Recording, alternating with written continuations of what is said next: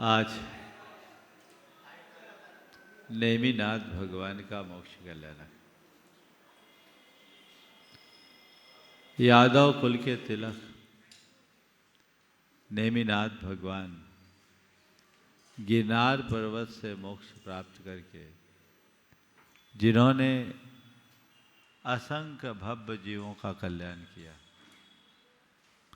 गिरनार पर्वत उज्जैन गिरी जो युग युगांतरों से समग्र जैन समाज की श्रद्धा, भक्ति और आस्था का केंद्र रहा, जो हमारे सांस्कृतिक गौरव का प्रतीक रहा। पीढ़ियों से जहाँ जाकर हम लोग पूजा अर्चा करते रहे, आज भी हजारों की तादाद में लोग वहाँ अपनी श्रद्धा भक्ति अर्पित करने के मनोभाव से गए। बहुत सारे लोग पैदल पद यात्रा करके भी गए। सबसे पहले तो हम ये भावना भाएं कि जो लोग वहाँ पहुँचे हैं वे अपनी निर्बाध आराधना संपन्न कर सके। ये बहुत दुर्भाग्यपूर्ण है कि आज हम अपने ही धर्म स्थल पर, अपने ही तीर्थ क्षेत्र पर अपने हिसाब से पूजा अर्चा करने में अक्षम हो रहे हैं। स्वतंत्र भारत के इतिहास में ये सबसे काला पक्ष है। समाज को इसके प्रति बहुत ही जागरूकता, गंभीरता और जिम्मेदारी से आगे आने की जरूरत है। गिरनार के मसले पर विगत दिनों बहुत सारे लोगों ने बहुत प्रकार के प्रयास भी किए और सबसे ज़्यादा सोशल मीडिया में लोग एक्टिव रहे। पर मेरा मानना है कि गिरनार जैसी समस्या को सोशल मीडिया से हल नहीं किया जा सकता। उसे हमें बहुत सूझबूझ और समझदारी से ठीक करने की जरूरत है। किसी भी तरीके से आपसी सामंजस्य, तालमेल और समरसता स्थापित करनी चाहिए। शासन प्रशासन पर इस बात का दबाव बनाना चाहिए जिससे कि वहाँ धार्मिक समरसता और सहिष्णुता का माहौल बने और लोग जाए तो निर्बाध रूप से अपनी आराधना संपन्न कर सके।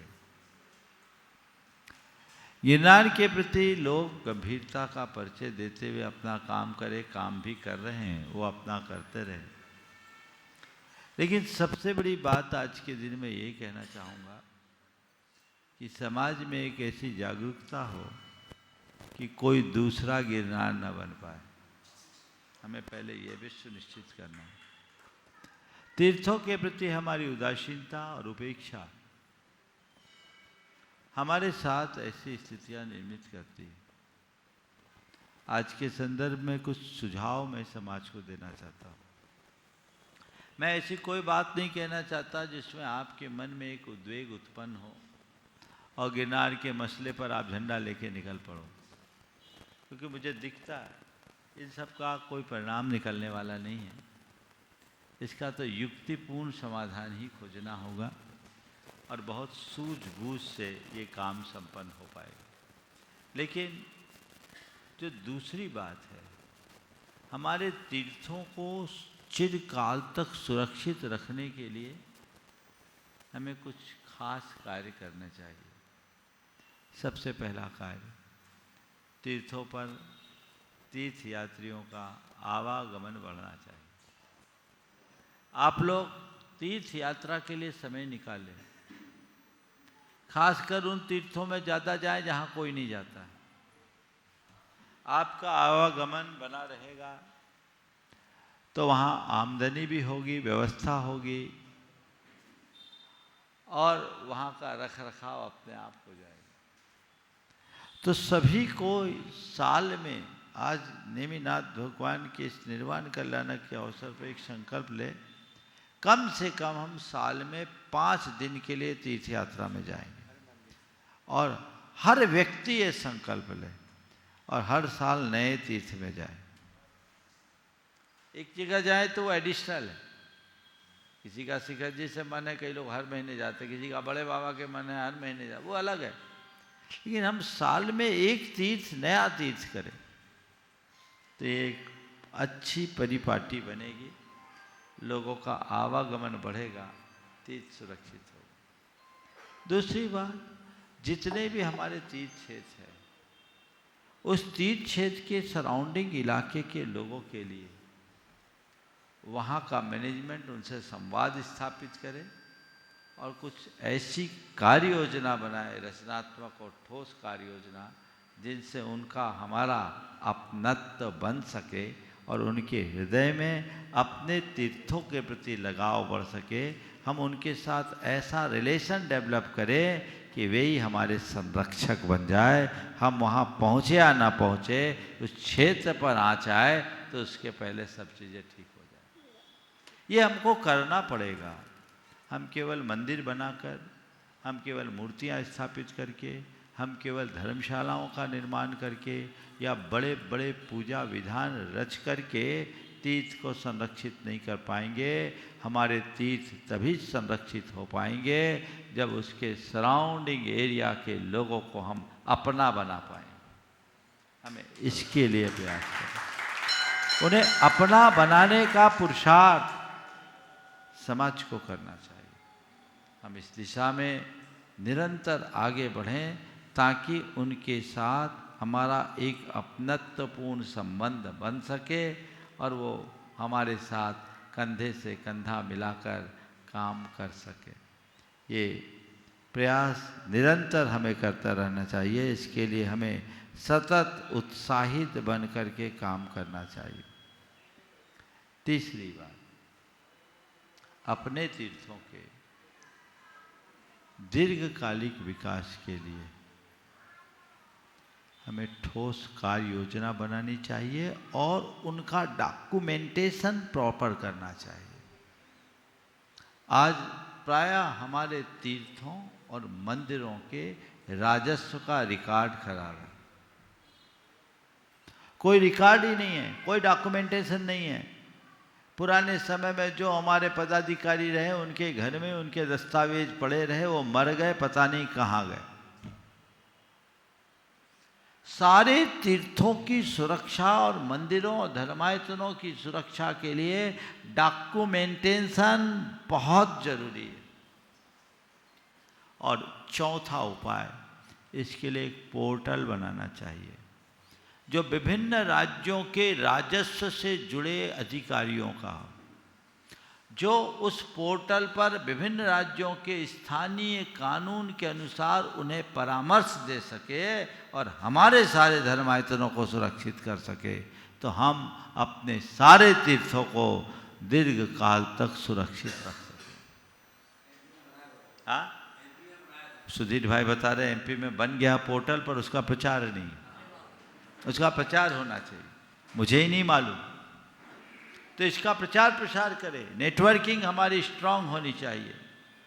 यदि इस दिशा में काम करें तो हम अपने सारे धर्मायतनों को सुरक्षित रख पाएंगे। और यदि हमने इसे भुला दिया तो हमारा अस्तित्व कितना सीमित है। हम बहुत संख्या में कम हैं, लेकिन भले जैनी संख्या में कम हैं, पर जैनियों की सामर्थ्य बड़ी है। बुद्धिजीवी समाज है, संपन्न समाज है, जैनियों के संपर्क सबसे है। हम उनका उपयोग करके काम करें और व्यवहार कुशलता के साथ काम करें, कट्टरता से नहीं।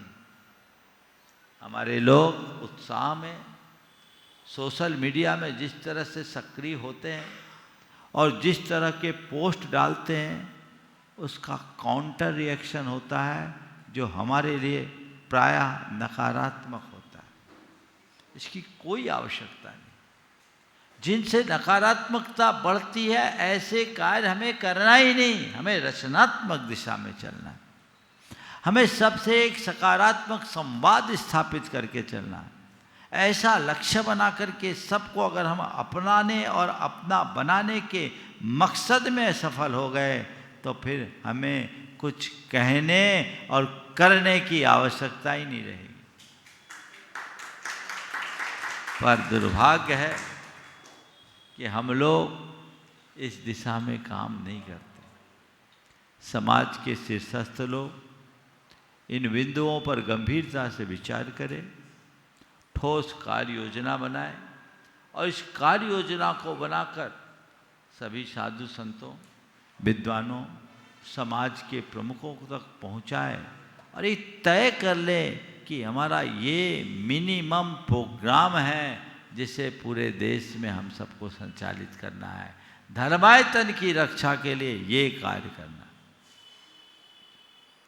ये कुछ विचार अभी बैठे बैठे मेरे मन में आए।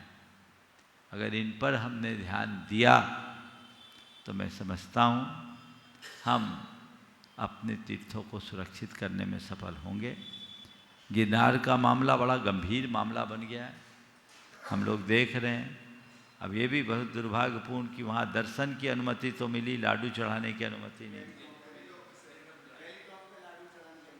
पहले पे है तो पहले में तो पहले भी था, वहाँ तो कोई विवाद ही नहीं था। हाँ, तो ये दुर्भाग्यपूर्ण है और समस्याएं हैं। अब इसका क्या समाधान निकल सकता है, हमें इसे देखना चाहिए। जिस माध्यम से, जिस प्लेटफॉर्म से इसका सॉल्यूशन निकले वही करना चाहिए। पर मेरा ये कहना है सोशल मीडिया में इसका कोई समाधान नहीं। और मैं तो एक बात और कहता हूँ, किसी समस्या का सोशल मीडिया में समाधान नहीं है। कोई फर्क नहीं पड़ता, आप कोई कैंपेन चलाओ, क्या होता है? समाज में जागरूकता सोशल मीडिया से लाई जा सकती है, पर सॉल्यूशन तो बैठ करके ही निकलता है, संवाद से निकलता है। और आजकल तो एक चीज़ मैं और महसूस कर रहा हूँ, लोग ये आदी हो गए कि ये सब तो चलता ही रहता है, कोई खास फर्क नहीं पड़ता। सोशल मीडिया में पोस्ट लिखने वाले भी सीमित हैं, पढ़ने वाले भी सीमित, उसका बहुत ज़्यादा परिणाम नहीं निकलता। रचनात्मक दिशा में काम करेंगे तो रचनात्मक परिणाम आएगा।